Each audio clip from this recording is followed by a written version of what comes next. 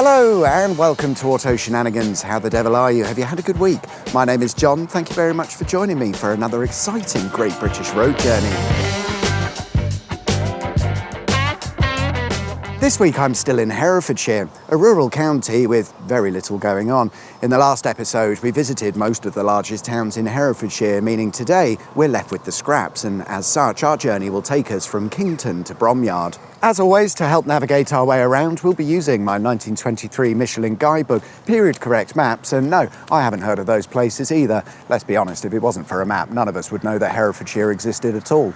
We begin in Kington, a small town that's actually decreased in size since the days of my guidebook. There used to be around 4,800 people living here. Today it's nearer 2,600.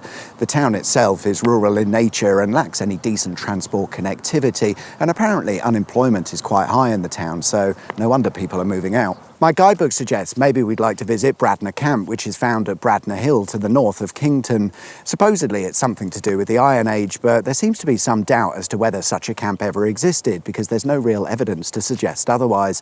Bradnor Camp featured once on a map from the 1800s, but was never mentioned before or after. In any case, what I do know is that Bradnor Hill used to be home to a racetrack, but this was a racetrack for the racing of greyhounds. The first event was held in 1800 and it was advertised as a race event, but with a lovely Sunday lunch afterwards at the nearby Oxford Arms pub, which, interestingly, is still open today. The last racing events would be held in the 1820s because they decided to move racing to a different and better venue. In 1926, a golf course would be opened on the hill, and today it holds the record for the highest 18-hole golf course in the country because it sits at 1,280 feet above sea level, and an interesting feature of the golf course is that it doesn't have any sand bunkers. Who'd have thought a small hill could contain so many stories? Anyway, we're off to our next destination, and given the rural nature of the area, it should be no surprise to hear, though the roads are pretty much the same as they were 100 years ago. We'll be following the A44, but we're going to do a left and make a quick detour to look at something interesting. I've come to Titley Junction railway station. Yes, it's really called that. It opened in 1856 and it would become the busiest intermediate station on the line, with up to 30 trains passing through every day.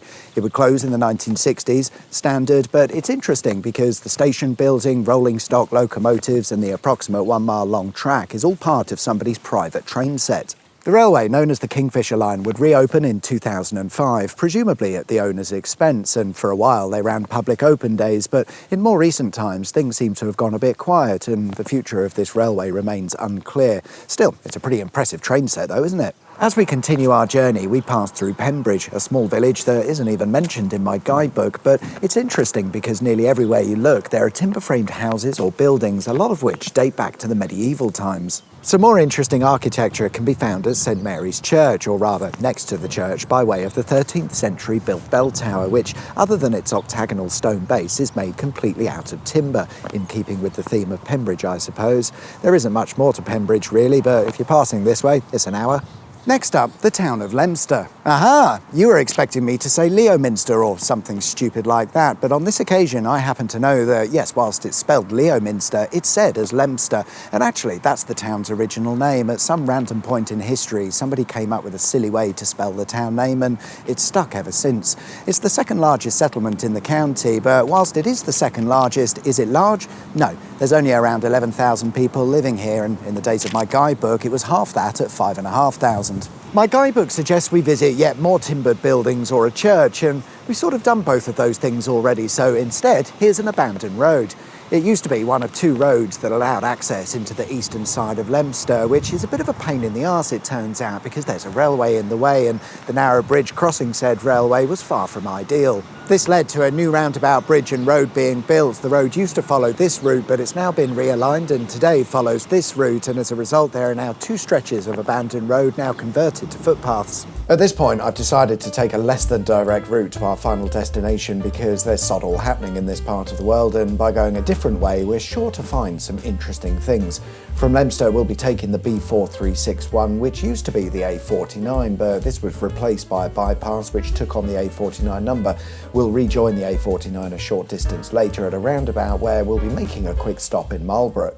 Marlborough is perhaps best described as some houses with a factory. The factory opened in 1936, and it's interesting because it's a Cadbury's chocolate factory that produces what's called milk chocolate crumb. Chocolate crumb is the base ingredient or foundation on which nearly all of Cadbury's products are created, and this crumb is made here in Marlborough before being sent off to other factories for processing where it's turned into a dairy milk or whatever. The figures are quite staggering, actually. Every year, 100 employees go through 180 million litres of milk, 56,000 tonnes of sugar, 13,000 tonnes of cocoa liquor, and it's all to produce 97,000 tonnes of chocolate crumb, without which there'd be no crunchies, twirls or flakes. Next, I thought I'd stop for a tasty tax-deductible coffee at a Shell petrol station a short distance from the Cadbury factory, and next door to the petrol station is a car dealership, and my spidey senses are telling me that surely this was once a happy eater or a little chef in a previous life. Yes, it was. It opened as a branch of Little Chef in 1985, surviving for 27 years before closure, which isn't too bad for a Little Chef. Whilst today it is certainly a car dealership, keep an eye out outside for the mini-milk style lamppost, the only surviving item from its Little Chef days. Good filler material, that. You can always rely on a Little Chef. From here, we'll be heading down the A417 through yet more uninteresting countryside, and then it's a left onto the A465 for more uninteresting countryside. Honestly, what do people in Herefordshire do all day long, other than drink cider?